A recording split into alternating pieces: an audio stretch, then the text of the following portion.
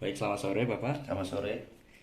Saya perkenalkan, saya RH1 Chandra Ya, dari perwakilan dari kelompok 7. ya. Eh, saya akan men-sharing nih Pak tentang seni. Nah, bisakah Bapak perkenalkan terlebih dahulu? Siapa perkenalkan? Ya, perkenalkan nama saya Diki Du Permana. Saya sekarang bekerja di SMA Negeri 3 Kota Kediri, juga sebagai freelance, ilustrasi, desainer, juga logo. Seperti itu. Baik. Bapak sudah berapa lama mengenal seni? Saya mengenal seni itu dari kecil sih ya, dari Kecil. kecil, dari umur ya bisa dikatakan 5 tahunan lah. Oh, masih, Sudah mulai kelihatan suka seninya. Gitu. masih TK berarti ya Pak ya? Ya sebelum TK malahan. Oh, sebelum TK. Ya, Oh iya iya. Terus, bagaimana cerita awal Bapak menjadi seorang yang menyukai dunia melukis? awalnya itu orang tua melihat saya itu kecilnya itu suka coret-coret di tembok, ya seperti anak-anak kebanyakan. Ya. Kemudian dikasih kertas lah sama orang tua, ternyata gambarannya itu bagus.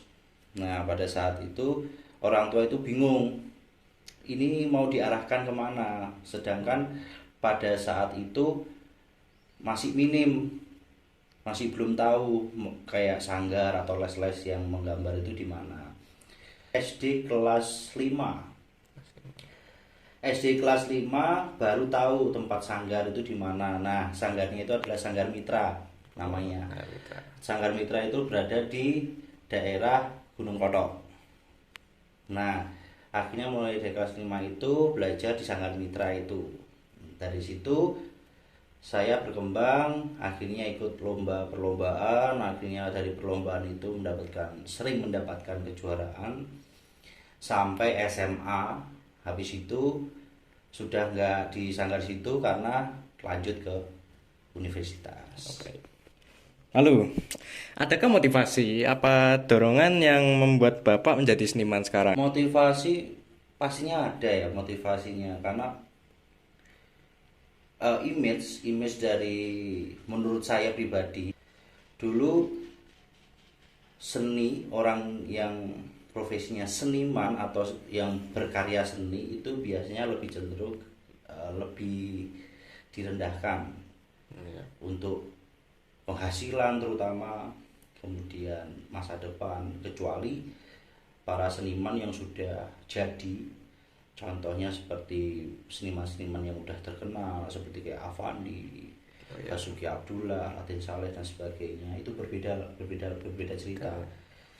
Nah, ingin membuktikan bahwa orang yang berkesenian itu juga bisa, juga mampu untuk masa depan, memiliki masa depan, juga mampu untuk memiliki penghasilan yang lebih baik kayak gitu. Ya. Jadi motivasinya lebih ke cenderung ingin membuktikan kepada orang-orang bahwa jalan seni itu bukanlah jalan yang buruk, atau seseorang yang memiliki pekerjaan yang berkesenian itu bukanlah pekerjaan yang buruk, tapi memang pekerjaan tapi bekerjanya dengan seni. Oh, ya. Lalu, Bapak pernah meraih berapa banyak ajang prestasi? Kalau ajang prestasi bukan banyak sih, lumayan gitu, bisa dikatakan lumayan, karena Ya, ya, ya. prestasi itu macam-macam. Prestasi itu ada yang waktu SD, Nah, ya. karena saya juga sering ikut pada saat itu, namanya adalah Porseni. Kalau sekarang itu namanya FLS 2N. Nah itu dari Kota Madya, tingkat Jawa Timur sampai tingkat nasional. Sempat juga beberapa meraih piagam dari UNESCO di Jepang. Itu SD kelas 6. Karena pada saat itu UNESCO mengadakan lomba itu memang tahunan gitu loh. Ya. Jadi dari sanggar itu yang dipercaya ternyata sanggar yang saya tempati itu ternyata sudah terdaftar di UNESCO, akhirnya mendapatkan undangan dari UNESCO di Jepang, akhirnya mengirim sebuah karya, akhirnya mendapatkan piagam dari UNESCO gitu. Kalau yang lainnya itu ya kalau universitas ya kayak buat logo kayak gitu, desain grafis kayak gitu, piagam-piagamnya. Hmm. Nah, selanjutnya, apakah ada rintangan nih yang pernah Bapak hadapi di saat membuat lukisan atau karya lukis? Pasti kalau rintangan itu nggak ada, setiap seniman itu mulus-mulus saja, pasti ada Ya pasti rintangan, ada ya. pasti. Rintangan itu yang pertama adalah di saat kita itu melawan ketidakmampuan kita di dalam membuat suatu karya. Contoh, dulu saya itu sangat minim atau sangat rendah di saat saya itu menggambar wajah atau realis. Itu apalagi yang berhubungan tentang manusia. Itu sangat lemah. Nah, itu dulu untuk menyiasatinya biasanya saya menggambar pemandangan, buah-buahan, begitu realisnya, naturalisnya kayak gitu. Lama-kelamaan saya nggak mau, kalau saya itu nggak terus-terusan nggak bisa menggambar manusia atau wajah yang realis. Akhirnya ya belajar. Memang pada saat itu memang belajar itu nggak mudah gitu loh, belajar arsiran atau anatomi tubuh itu nggak mudah. Itu contoh salah satunya. Apakah Bapak sering mengikuti event-event yang biasa ada di sekitar Kediri atau di kota-kota mana gitu? Kalau event kayak pameran di Kediri jarang, Oh, jarang. jujur jarang. Karena jujur saya itu kalau untuk berkarya seni melukis itu termasuk salah satu seniman yang tidak begitu aktif. Oh, iya. Karena aktif saya adalah lebih sering menggambar di digital atau berproduksi, produktifnya lebih ke digital seperti itu. Kalau event-event selain di Kediri ada ya, seperti itu kayak ikut lomba ilustrator, lomba desain grafis, ya lebih lebih sering desain grafis logo kayak gitu. Siap. Lalu nih Pak, bagaimana nih menurut Bapak tentang seniman zaman sekarang dengan seniman yang terdahulu? Ya,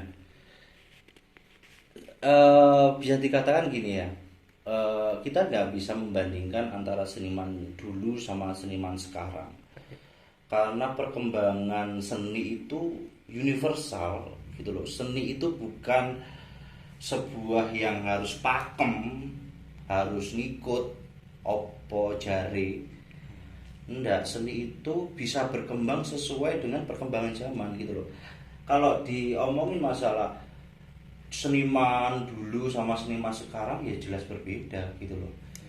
Kalau seniman dulu mungkin pada saat itu belum ada internet, belum ada alat-alat untuk sosial media, Kayak digital gitu. ya kayak digital, pokoknya intinya digital, sosial media dan sebagainya. Pada kayak saat ini mereka lebih cenderung berkarya ya manual. Contoh kalau suka lukis ya lukis di kanvas, kalau suka patung ya patung, kemudian kalau suka pahat ya pahat.